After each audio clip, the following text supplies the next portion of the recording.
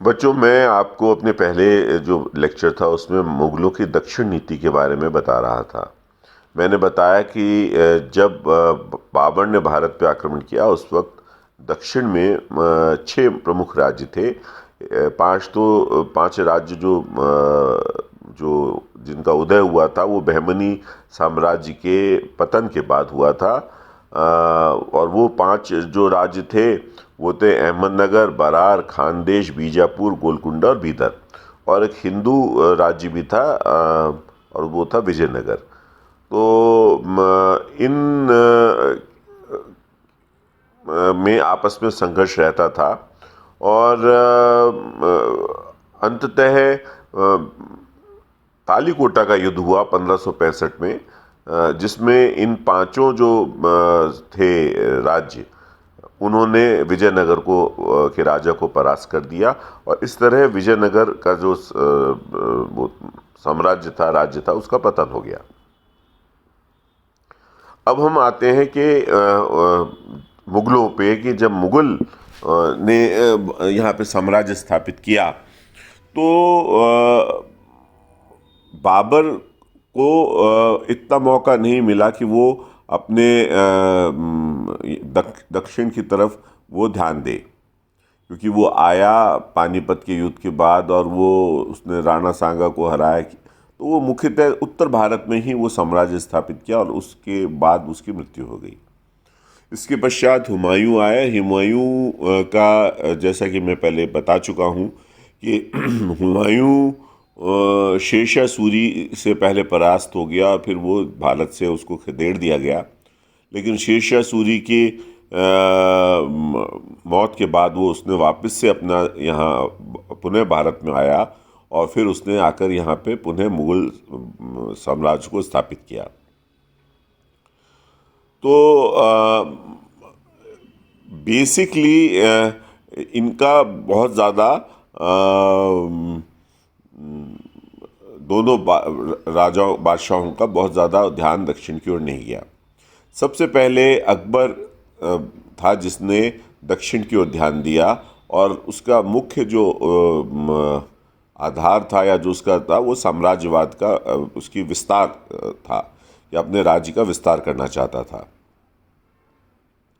और इसी उसकी पॉलिसी का बाद के मुग़ल जो बादशाह थे उन्होंने भी उसी को उसका अनुसरण किया, यानी जहांगीर, शाहजहां और औरंगज़ेब। इनमें जो पहले आप कह सकते हैं औरंगज़ेब तक इनकी जो विस्तार की जो प्रक्रिया थी वो धीमी थी, लेकिन औरंगज़ेब ने जब सत्ता संभाली तो फिर ये मुग़लों का काफ़ी विस्तार दक्षिण में हुआ। और लेकिन वहाँ उस वक्त एक और शक्ति का उदय हुआ दक्षिण में, और वो थी मराठा, शिवाजी के नेतृत्व में। खैर वो एक अलग टॉपिक है, उसके बारे में अलग से विस्तृत चर्चा की जाएगी कि कैसे मराठा और मुग़लों का संघर्ष हुआ और क्या उसके परिणाम रहे।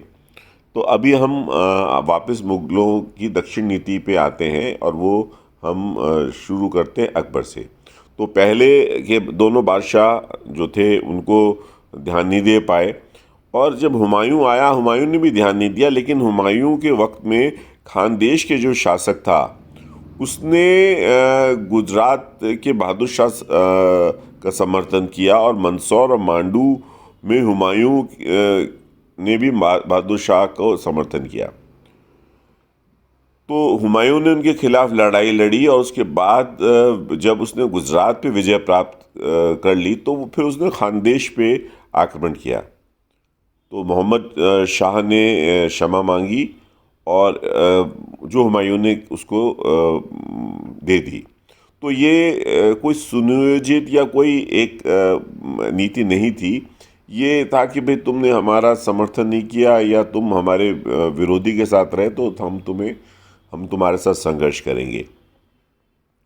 पर मुग़ल शासन की जब अकबर के हाथ में आया तो अकबर ने पहली बार दक्षिण को जीतने की योजना बनाई, और दक्षिण को जीतने का उसका प्रथम उद्देश्य साम्राज्य का विस्तार था।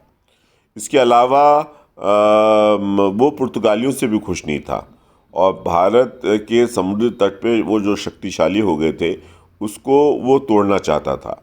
अबुल फजल ने एक और कारण भी बताया है। उसने कहा है कि दक्षिण को जीतने में अकबर की एक वस्तु दक्षिण के विषय लोगों को उनके स्थानीय शासकों के निरंकुश शासन से मुक्त करना था और उसे समृद्धि प्रदान करना था। हालांकि किसी भी अन्य इतिहासकार ने इस राय को बहुत महत्व नहीं दिया है।